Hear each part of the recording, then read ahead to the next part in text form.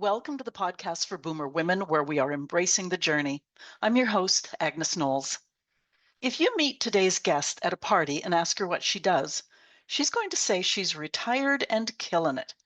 She is, and good news, she wants to share her method with everyone.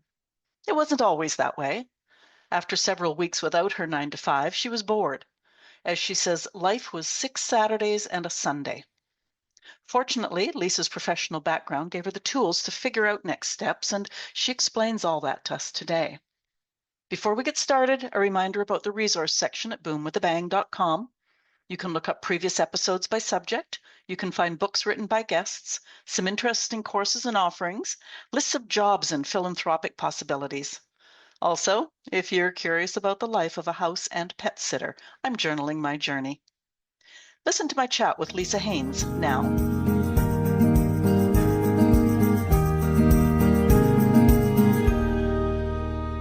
As you well know, this podcast is created with Boomer women in mind.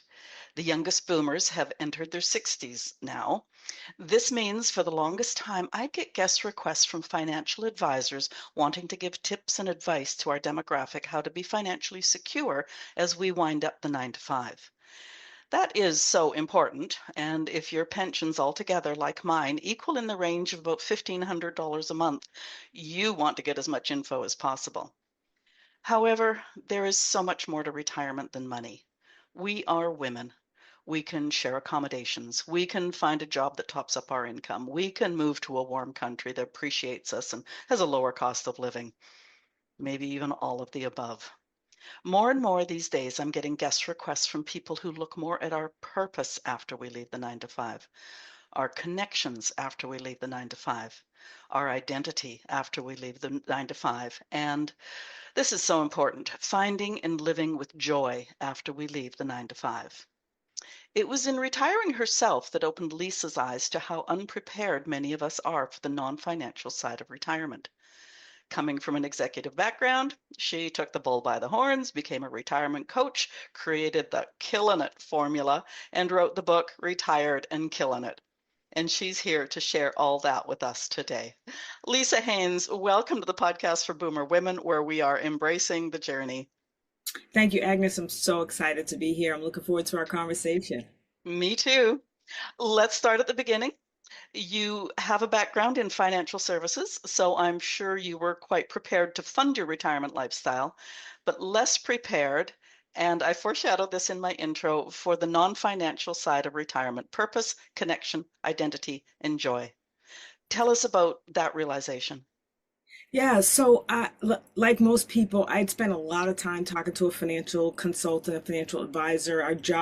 My job actually provided someone who, when I first came in, he said, what are your goals? And I said, well, I want to retire by the time I'm 55. And he said, well, that might be a stretch. And I said, yeah, but if I stretch, maybe I'll get close. And so I worked really hard to get there. And then on that day that I said, hey, I'm retired and, walked out of the corporate world, I was like, this is great. I can do anything I want. And I slept for a while and I binge watched some shows on Netflix and spent some time at the gym, and I thought, this is going to be the life. And then I realized, okay, you're going to do this for the next 20 to 30 years. You have no plan. And I realized I didn't have a plan. I was walking into retirement excited about things, but I don't golf, so that wasn't an option. I actually don't play pickleball either. And so I thought, well, what are you going to do? And it got to about week 5 or 6 that I realized my life has become 6 Saturdays and a Sunday. I can do anything I want. Sunday's fairly standard. We all have a routine on Sunday. Sunday will probably stay the same, whether you go to church or whatever. I'm going to go to church, I'm going to come home, I'm going to cook dinner. That's going to stay the same. But Monday through Friday became Saturday. And I thought that is a lot of time.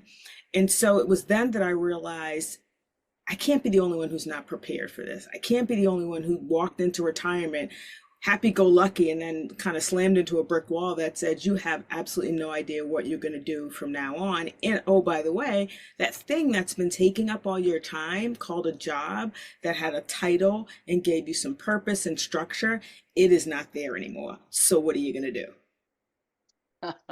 Okay, I must admit I had to chuckle because so many people think retirement, think golf. I'm house sitting right now, and if I raise my eyes above your head, I'm looking out at a golf course. And judging from the number of golf balls that my grandson has found in the backyard, I think some of those people should not be golfing every day. That's a That would be complete. me. That would be where my golf balls are. Oh dear.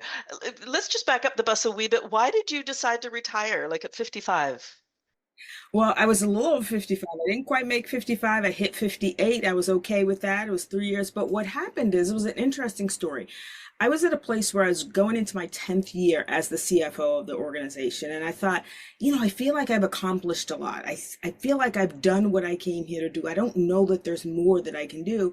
And so I started to look for another role, right? Where else can I go and add value? I feel like I have one more good push left into me, just one more, up the mountain kind of thing. And so I'm a member of a group called a women's group called Athena Alliance. And I was talking to one of their coaches, and she said, okay, I want you to go away. And here are 3 or 4 questions. I want you to come back to our next session with the answers to these questions.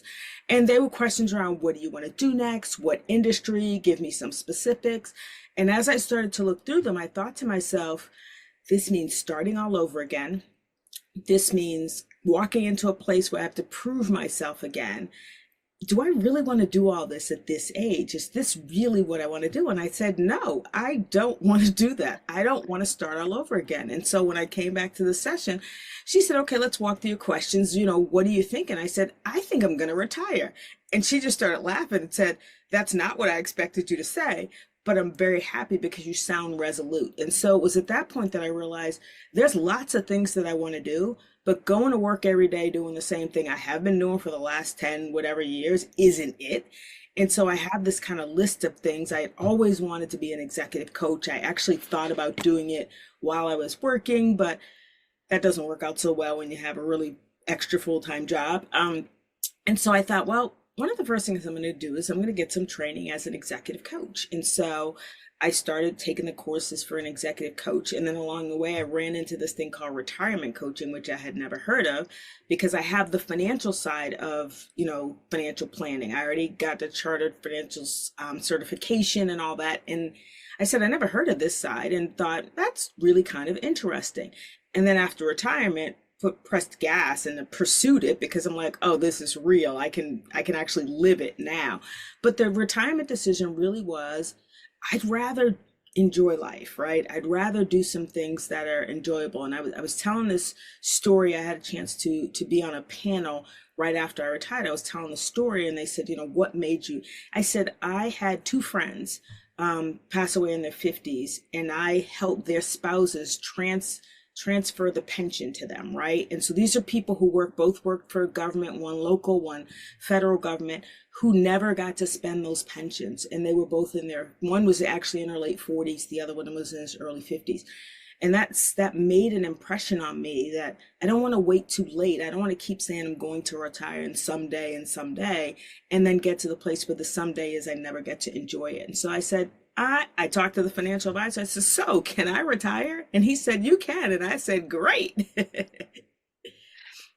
Oh boy, I don't know when it was, maybe last year, sometime I interviewed a woman who had a messy marriage, finally got wooed, shall we say, by a lovely man who had always wanted to bicycle all the way across the United States. And she said, yeah, right, look at me. Like, I'm middle aged, I'm not very fit, blah, blah, blah. Cut a long story short, they did it. Within a Wow. short time after that, he died of cancer. And it Wow. really hit home of if there's something that you want to do, Absolutely. and I don't really like the term bucket list, but stuff that you want to pursue, like you said, there's so many people out there who just don't get the opportunity. And to have that loss, whatever it is, whether it's your health or your spouse or whatever, and just say, yeah, but we did this or something like that, just so important. Absolutely important. Now, you said that you sort of realized there was, 6 Saturdays to try and fill. Did you just extrapolate from that there must be a whole bunch of other people, or were you talking to other people who said, "Oh yeah, me too"? So it's a very strange thing how this happened. So I go to this panel, which is a few weeks after I retired. It happened to be a panel, a women's panel, leadership women of the organization I retired from. And when they asked the question, how's retirement? And I just said, I think I was born to retire. And, obviously tongue in cheek. And then I said, it's only been 3 weeks, but I'm really killing it. And afterwards, several people came up to me and said, I've never really seen anybody as happy about retirement as you are. Like, I've been struggling with the date, stepping down. And these are, most of the people in the room are vice presidents, senior vice presidents of their organization. And the identity thing really struck with them. And so one day, I'm sitting down and it just comes to me that, people ought to be able to go into retirement and say, I'm killing it. This is great. I'm loving it. I'm doing everything I wanted to do. And so I start developing this formula using killing it. And I can tell you I can't say it came from anywhere, but from God, because, I'm probably not as bright as that, but it just came to me that people like a formula. People like something they can remember. And so what are the elements of retirement that I think people struggle with? And so I was talking to people, including my sister, who's been retired. She retired a year before I did. A couple of people who retired who said, yeah, I'm through the honeymoon phase. It was great. Now what do I do? And so just between that and taking the courses of retirement coaching, I got a real sense of what are the issues that people who are retired, who are retiring or retire face. And from there, the book just came. Well, I'm glad you mentioned identity because that's where I wanted to start. So many people have identified themselves by their external roles. Now, for women, it could be, mom, spouse, employee, even daughter now because our parents are all needing things. And they have forgotten or they rarely think about the funny, supportive, puzzle solving, sushi making woman they also are. How do you help women or how do you suggest women uncover that and just let the world see that internal identity? Yeah, so one of the things I talk about, and it's probably one of my favorite parts that I wrote about, was laugh a lot, right? So as we grow up, we forget to laugh, right? We forget to have fun. As kids, I tell a story. As kids, I was the kid who we were outside all day long. I have no idea what we were doing, but we did not come home until we absolutely had to. And if we didn't have to come home to eat, we wouldn't, because you might be told to stay in the house.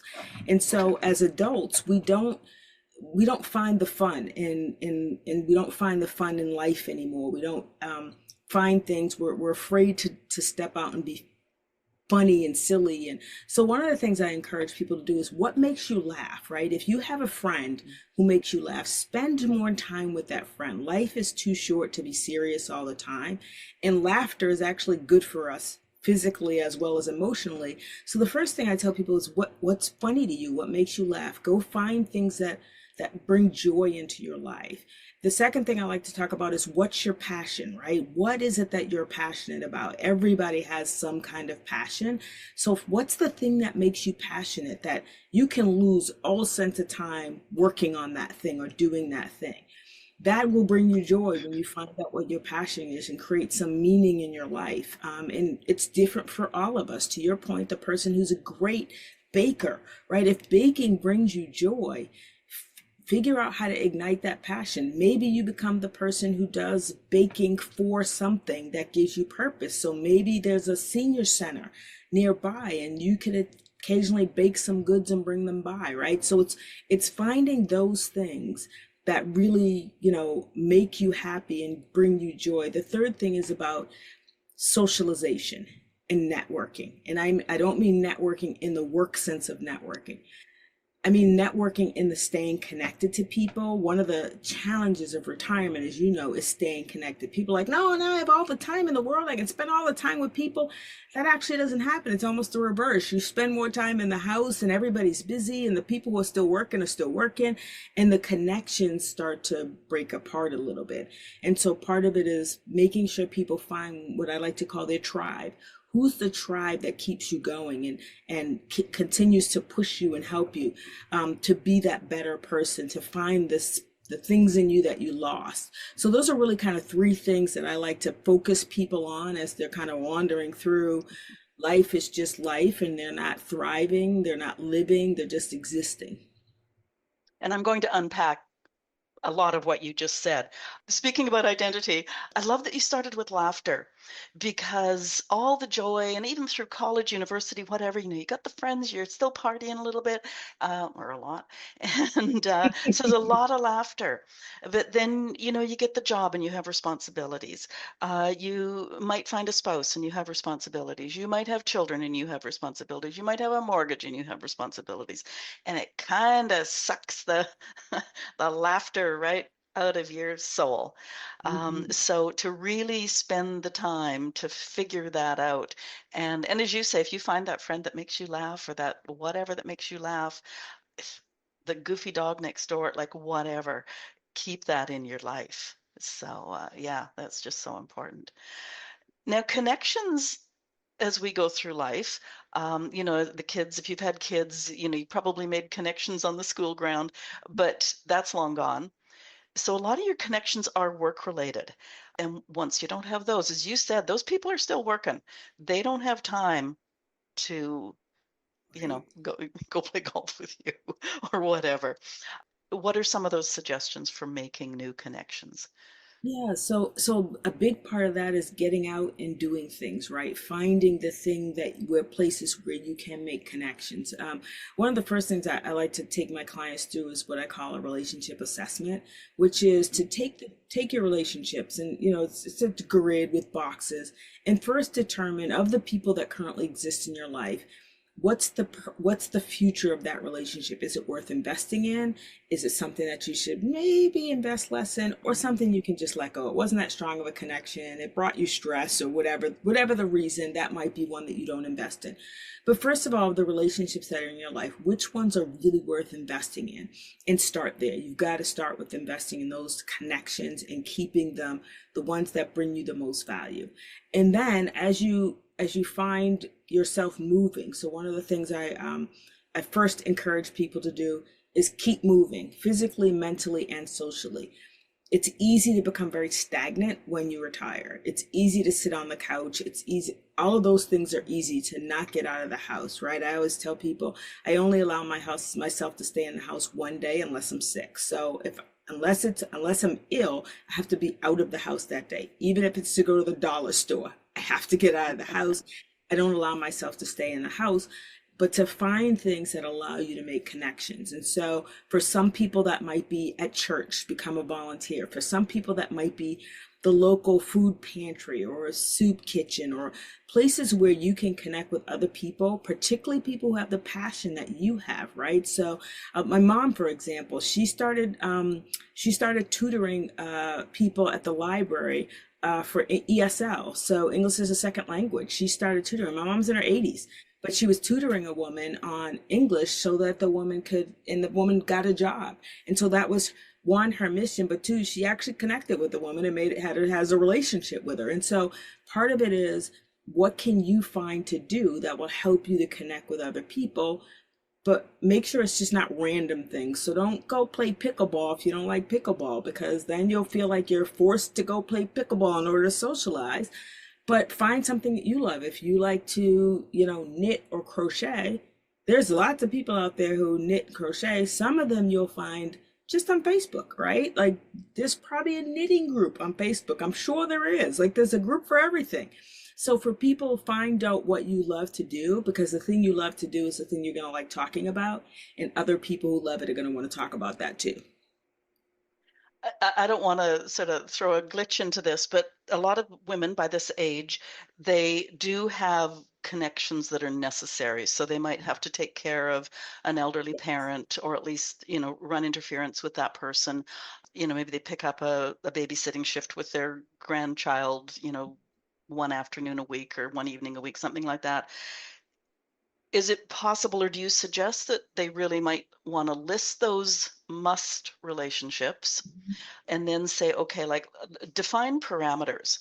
And I think it's fair, although it can be hard, having done this with my own mother, to try to set parameters around those relationships so that you do, in fact, have a clear conscience going into the things you want to do.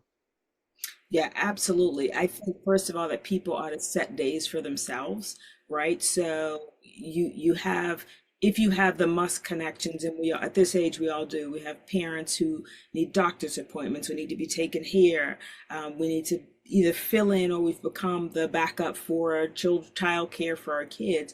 But there are days that you've got to set for yourself. So if Monday is your day, agree with yourself and those people.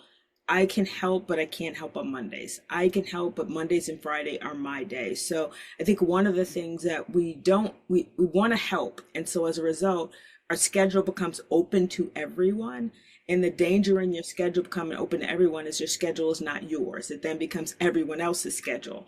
And so I always recommend people, what are the sacred times for you? Where for me, Monday is typically it. I typically don't take any meetings on Monday. It's the day that I do things for me, whether I like them or not. I may go to the chiropractor that day, but I also may go get a massage that day, or I may get a facial that day. And so those are the day, or I may do nothing that day. But Monday is a day where I really try hard not to take anything, because Mondays was always the day where we wake up for work and we're like, it's Monday. So now I'd say I don't really have a Monday. Monday becomes an extra weekend day, and then I start on Tuesday. So I think that's really important, particularly in your social game, because you can use that Monday to go to lunch with someone, right? Who you could say every time, every Monday or 2 Mondays a month, I'm going to book lunch with someone, and it doesn't have to be the same person. It could be, again, those people on the list who you're assessing. These are people whose relationships I want to invest in. And so you choose those, and it may not be lunch because they're working, but it maybe it's dinner or coffee in the morning, obviously working around other people's schedules, but finding some ways to allow to make sure that you have sacred time that's yours. Yeah, that's such a good idea. And I like the way you put sort of, have lunch with somebody, even if you're just trying to get that, figure out if there could be a connection. Like I had someone just say, I'm still dating myself in terms of Mm, I'm still getting to know myself and figure out, what I want in the next chapter, that sort of thing. And in many ways, we use the term dating in terms of a romantic relationship, but to use that figure of speech with new connections mhm. to say, it's nothing, not anything to do with the romantic relationship. This is to see if do we have a future, Right. because nothing's worse than trying to perpetuate something that is going nowhere. So, Right. And that applies in relationship dating as well as friendships. yeah. Friendships change and shift. And I think sometimes we think the friendship, which was on one level when we started, is always going to be on that level. But friendships change and shift, and I think need to be reevaluated. And sometimes we'll hang on to a relationship or a friendship that's fairly painful on both ends, Yeah. just because it's supposed to be, have this idea that we're always supposed to be this level of friends. And so when I start telling people about just assess your relationships, it's like, okay, is that relationship still in that spot way up high on your list, or has it moved down, but you keep trying to hold it up there?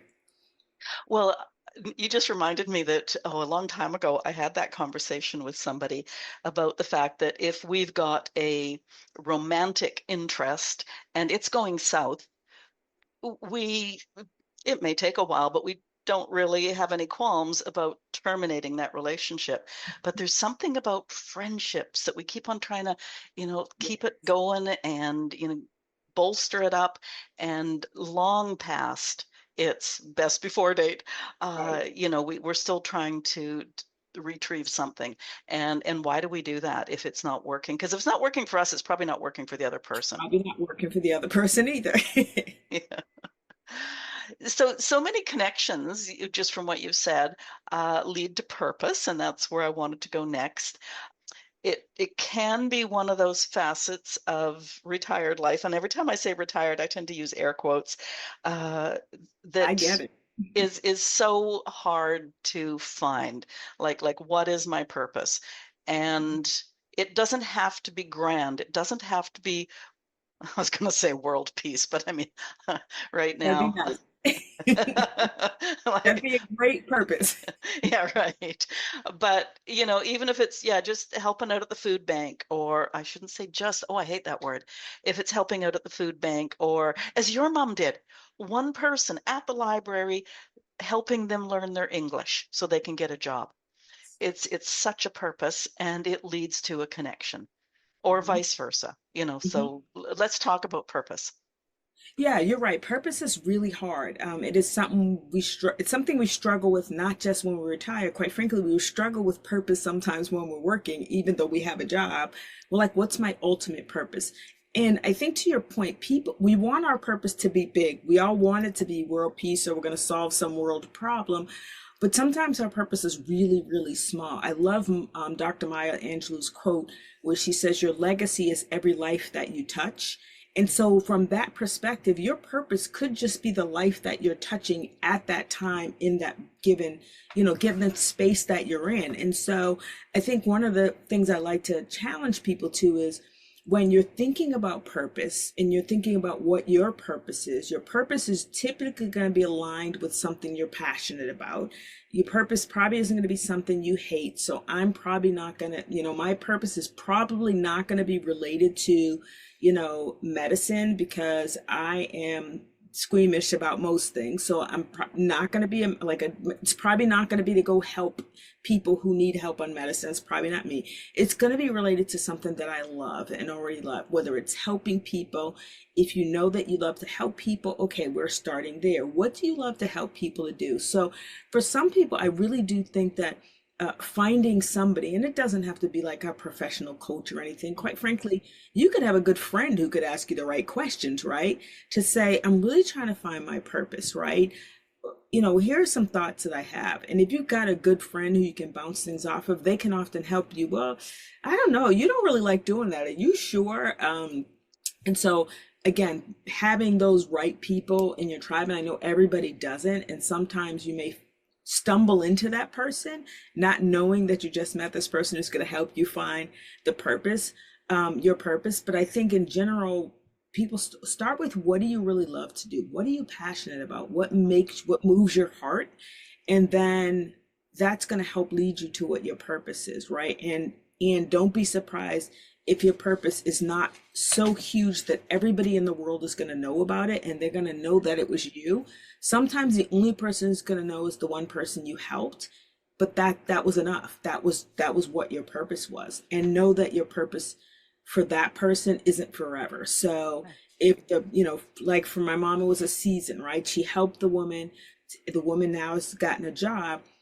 She doesn't necessarily need the same. She doesn't have to keep teaching her all the things about English that she'll need to know to get a job because she has a job, right? So that was for purpose for a season. But there could be another one, which is the next thing that comes along. But in general, purpose is helping people. My job is to figure out how I can help others, right? And so just knowing that that's your purpose to help others, that your mission in life. I like to talk to people when they retire about what's your retirement mission statement. What is it that you're trying to accomplish now that you're retired? And if the answer is nothing, then we've got a little bit of work to do because there should be something that you want to accomplish when you're retiring. And so as I challenge women who say, well, I don't really have a purpose. I'm going to beg to differ with that because even if that purpose is within your own family, right now your purpose may be to relieve somebody in your family of stress and pressure that they're not able to bear on their own. That by itself could be your purpose at this time. I think too, you talked about talking to a friend, and sometimes the people that are nearest and dearest to us know us better than we know ourselves. So, they'll say, well, look at what you do every Christmas. You whatever. Why don't you look and see if there's more of that available during the year, that sort of thing. I know for myself, I'm one of those knitters. I knit and knit and knit. And I don't like knitting for the grandchildren because they grow too quickly, except I do make them toques every year, which sounds silly, but they love them and they've come to expect them.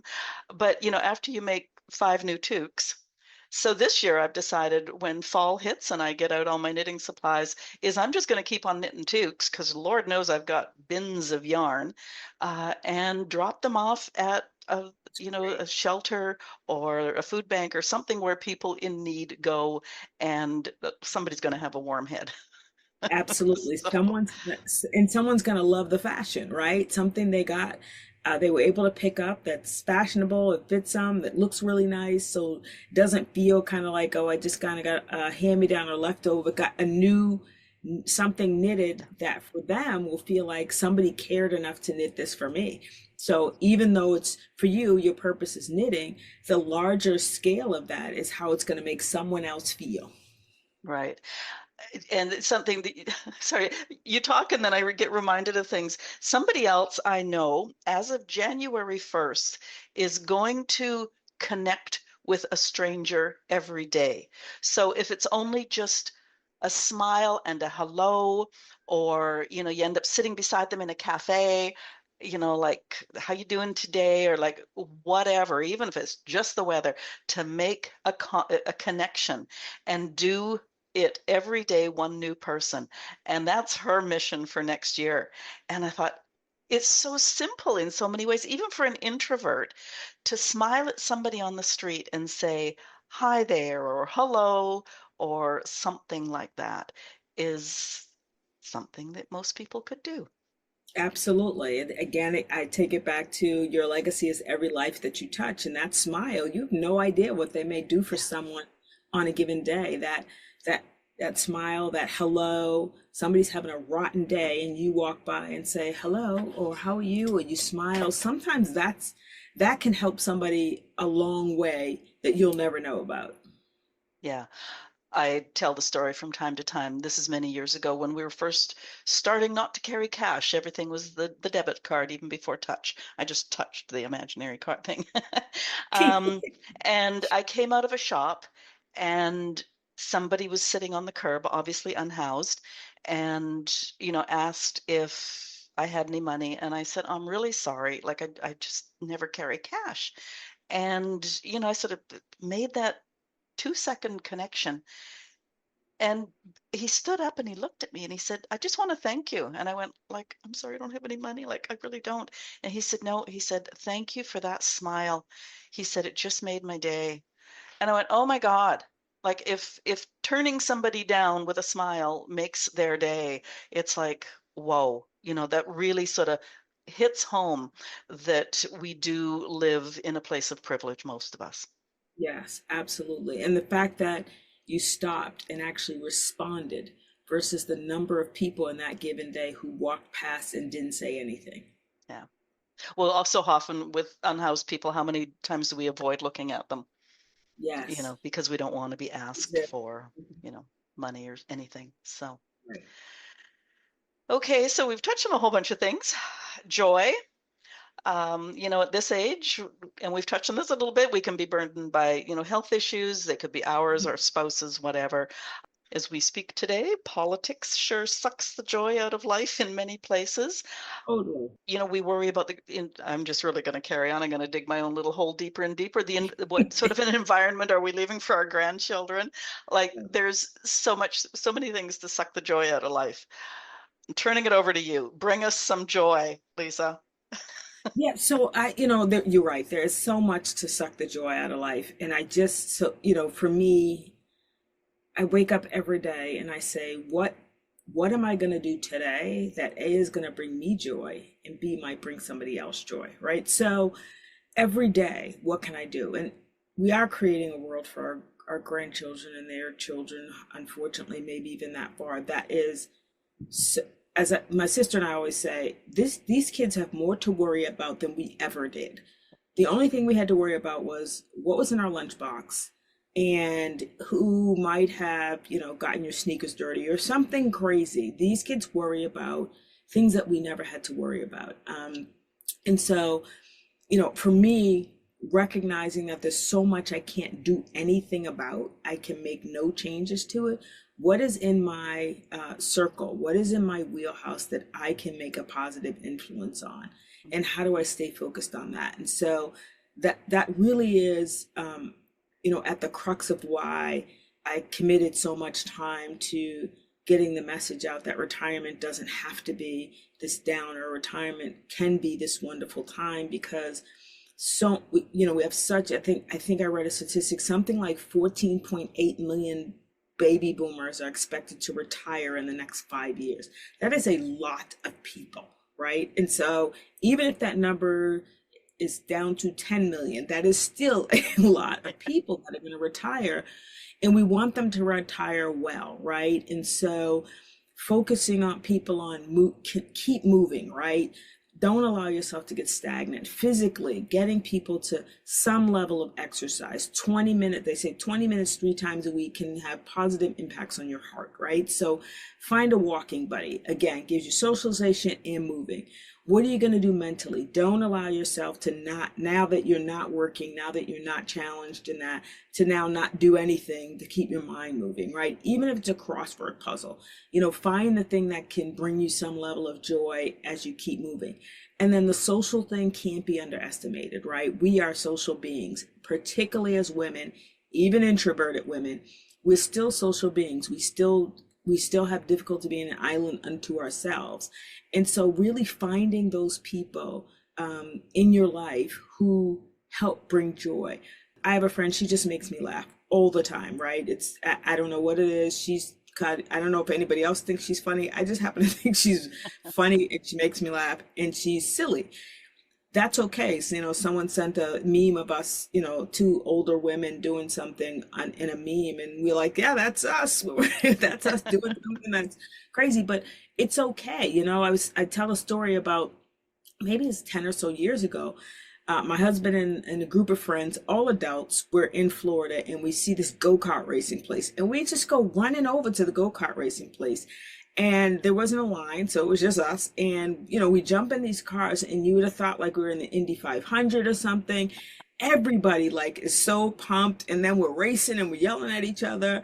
Yes, we were grown adults doing this, but we still talk about it now, how funny it was, because we had a great time, right? We just had a great time, but it's not something that we as adults allow ourselves to do. And so I like to tell people, find joy, go to Disneyland without any kids, go, go do something that you love to do to make to allow yourself to say, yes, life has a lot of pain. Life has a lot of circumstances that don't go our way, but you can't dwell in that. You've got to find the space where you can find your joy, and then when you can bring joy to others. Well, next time you go karting, please give me a call. I'm all in. Absolutely, absolutely. It was a blast. And if Oh, yeah. anybody ever finds a go-karting place or something, some ride, my grandkids are always trying to get me to get on the Tower of Terror. I have a weak stomach, so that is not a good ride for me. But if you're one of those people who like high drops and you can deal with it, get on the Tower of Terror and scream your head off. The reality is it's a great memory, and later on you'll laugh about it. But I don't think we do things enough now as adults that are just great memories. I love the story of the people driving across country on their bicycles. I love to hear people. I would never do that. Like, it's just not something that I'd enjoy, but I love to hear when people say I backpacked or I drove in an RV across the country. I love that stuff because it says they took life by the hands and said, this is what I want to do. I've always wanted to do this, and they just go and do it. Yeah. Yeah. And so many of my discussions about our generation come down to ageism, but what a great way, like you and your friends out there hooting and a holler and driving into each other, or go-kart, like I guess they weren't bumper cars, they were go-karts, but cutting each other off at the pass and screaming and Right. laughing and having a good time.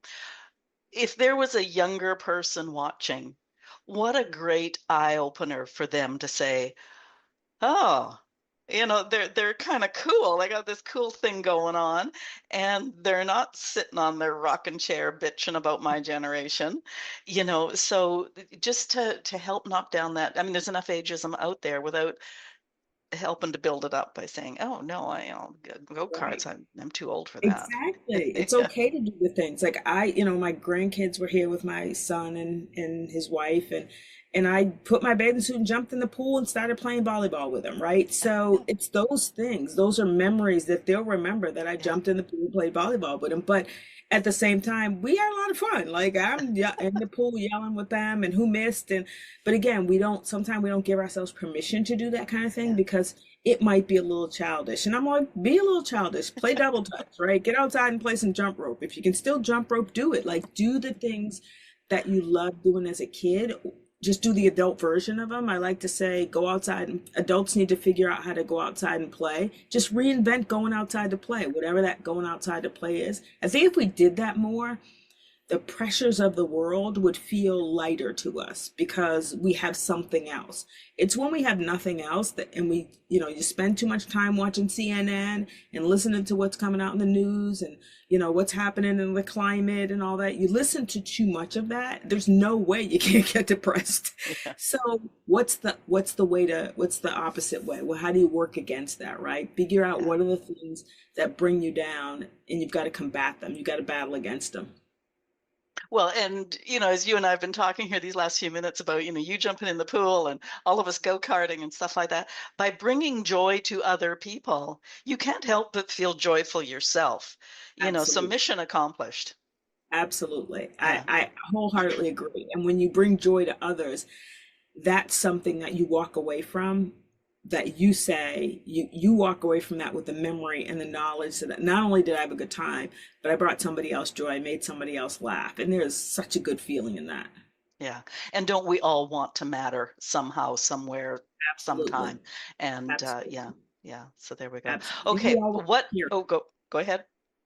I was going to say, we all want to be cared for, right? So Mm. even for the person who physically can't do any of those things, because I don't want Oh, to assume that everybody's physically able.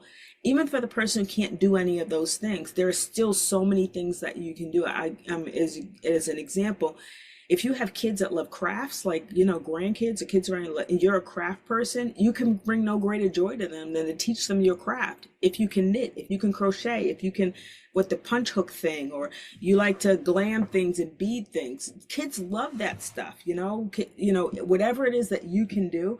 If you're a board game person, kids love board games. They're never taught to play them anymore, but when you teach them to play them, they actually have a good time. They enjoy those, not just video games. It's just that we allow them to play screens and video games. But when you sit kids down and you play a board game, we play a simple game in my family. It's spoons. It's cards and spoons. Spoons are in the middle of the table, and when you get a certain number of cards, you grab a spoon. There is no electronics associated with that game, but that kids love playing it. So it's kind of like, what can you do from a human perspective that broadens people, that helps bring them joy, and it can be different for everybody. So you can find it, whatever space you're in, you can find that thing. Pregnant pause. There we go. Okay, so I think we've been skirting the issue for however long we've been talking. Tell us about the Killin It formula. I understand it's an acronym. It is an acronym. And I love talking about it, but let me give it to you quickly. So the K is keep moving both physically, mentally, and socially. The first I is imagine what's next. So dream bold, plan smart. Like, what are you going to do for 20 to 30 years? So just dream about it. The L is laugh a lot. We talked about that. Laughing is so important. The second L is live for legacy. And that doesn't mean you have to have some grandiose legacy, but what's going to be your impact? Maybe you're just going to share your wisdoms. And again, your legacy can be every life that you touch. The second I is for ignite your passion. Pursue whatever brings you some energy and fulfillment. Like, figure out what that is and just go for it. The N is nurture your network. So that's network and cultivate meaningful relationships. Don't let things just coast along, but be very deliberate about your relationships and creating your circle. The third I is invest in others. How are you going to give back? Everybody who retires, in my opinion, ought to figure out a way to give it back. We've all been given so much, And so, to whom much is given, much is required. We all should figure out how we're going to give back to others.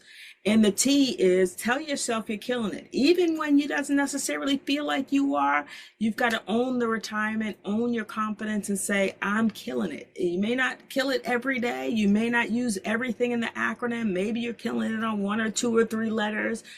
But if you find something, some ways to use this formula, to use pieces of this and say, wow, I am really nailing this, it builds a level of confidence in you that says, this retirement thing is great. I want to encourage other people to have as great a time at retirement as I am. And, for the identity piece, for a lot of people, it's that question, what do you do?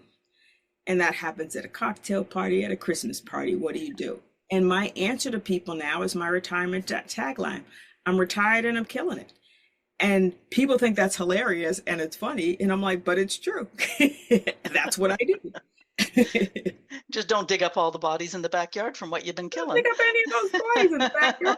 Let's leave all that in the past.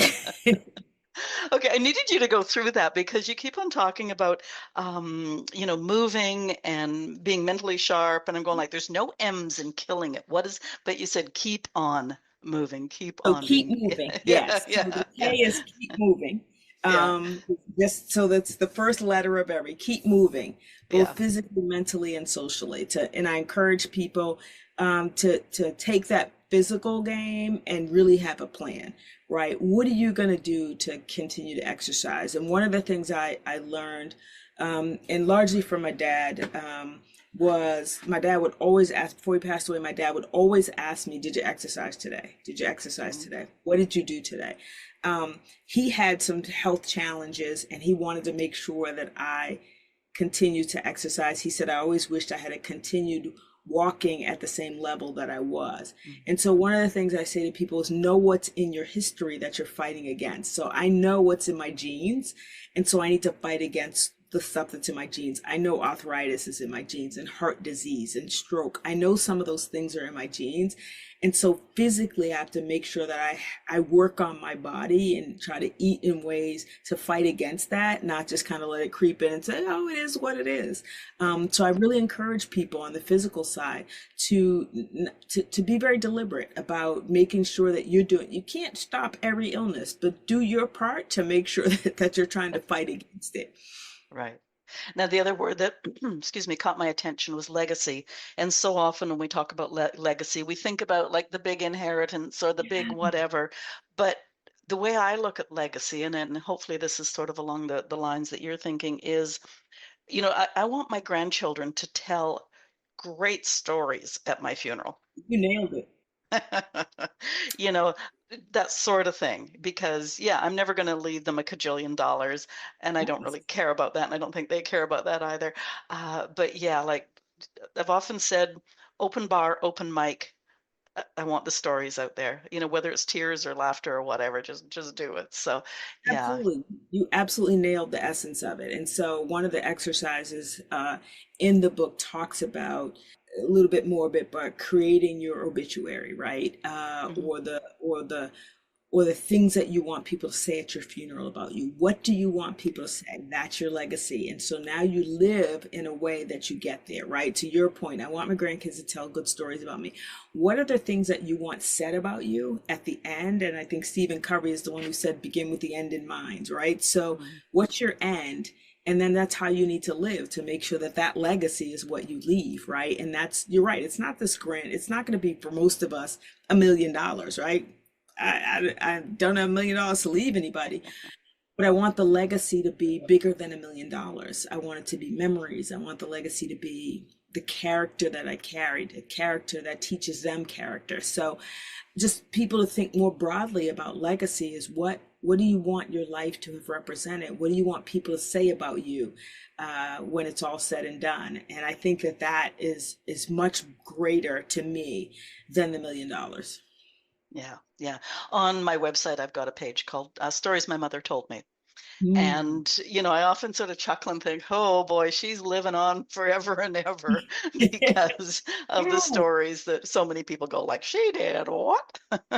that's So, exactly what legacy. That's exactly what I see as legacy. That your grandchildren and their grandchildren will have these stories about your mother who they never met.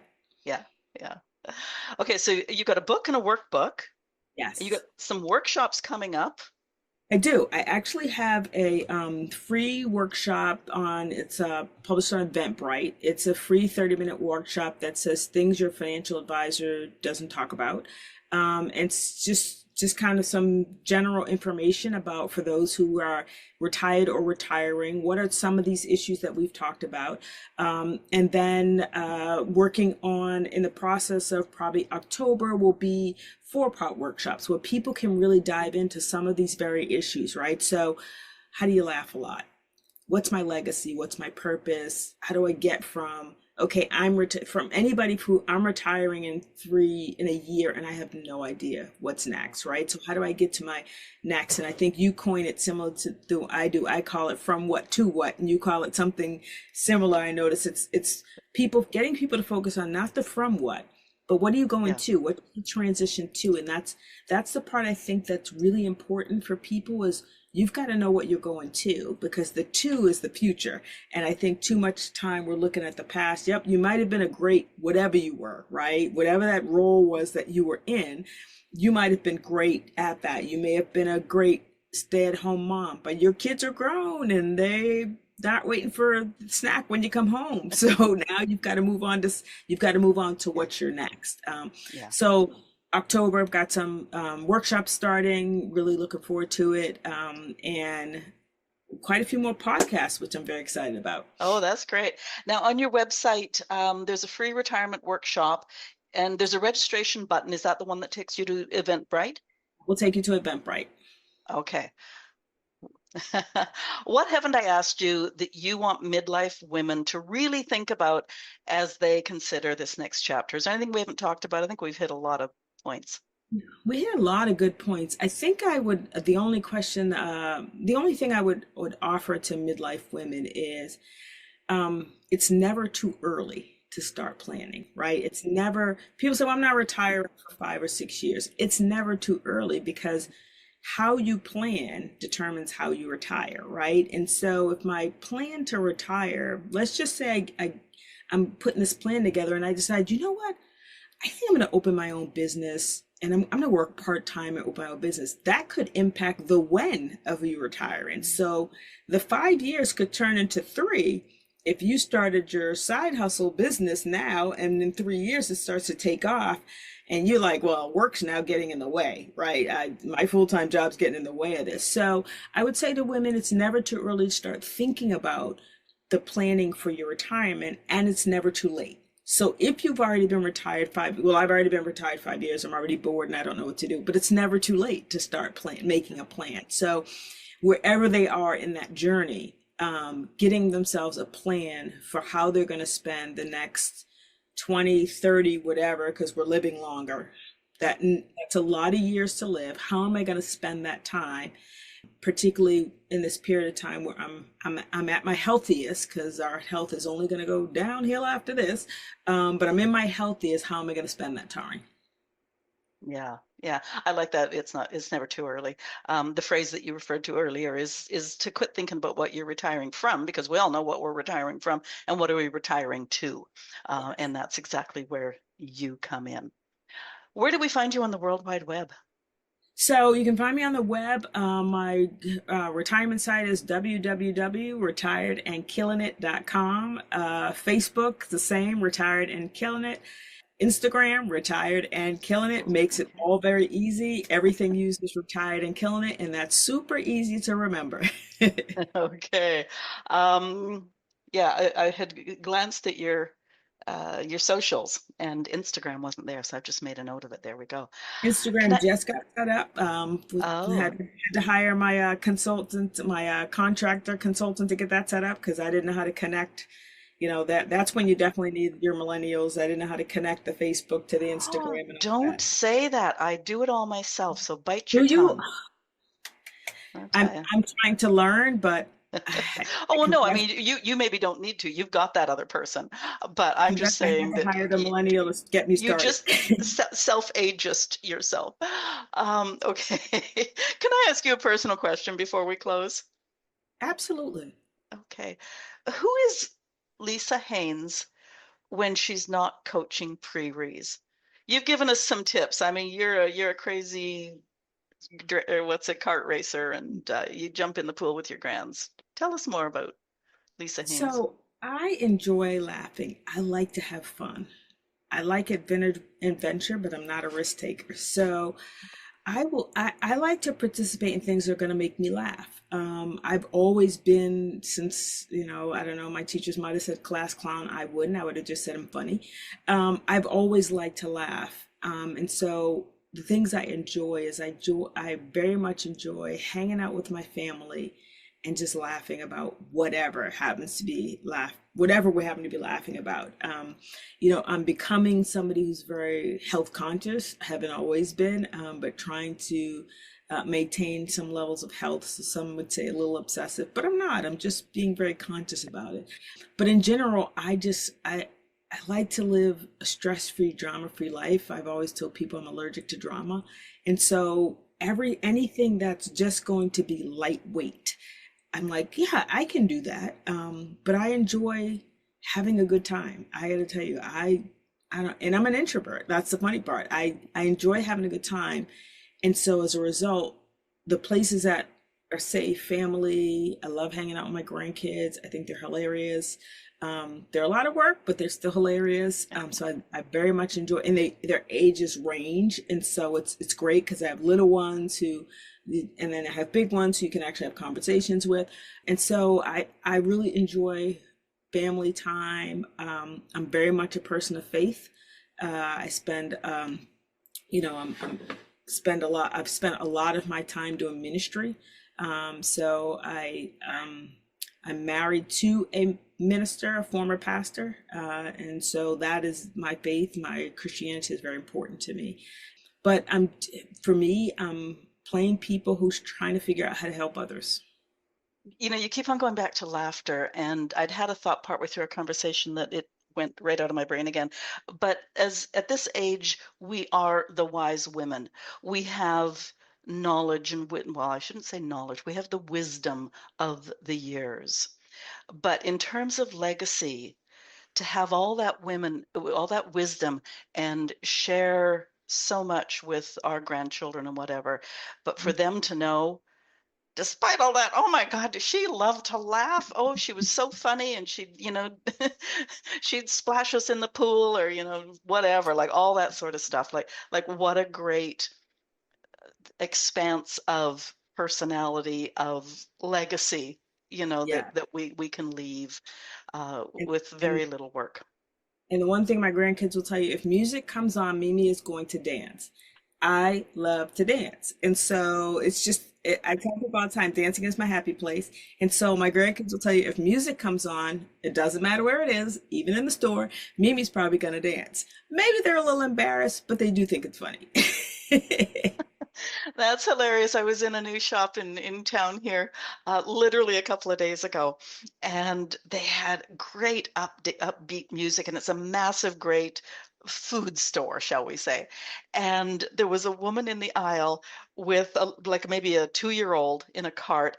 I had my two that were 7 and 15, and the two women, like the two of us that were about the same age, and we're grooving to the music. I love it.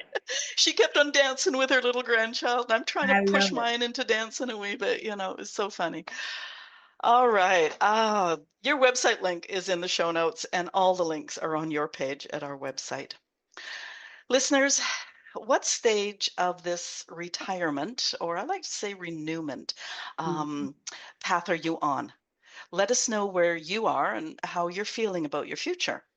Leave comments where you're listening, or if you're listening at boomwithabang.com, scroll to the bottom of the page and talk to us there.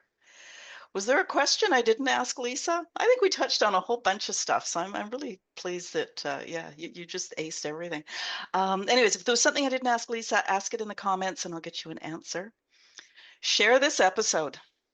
If you didn't have your own answers to the identity the connections, the purpose, and the joy parts of my conversation with Lisa, then good chance a friend is in the same boat.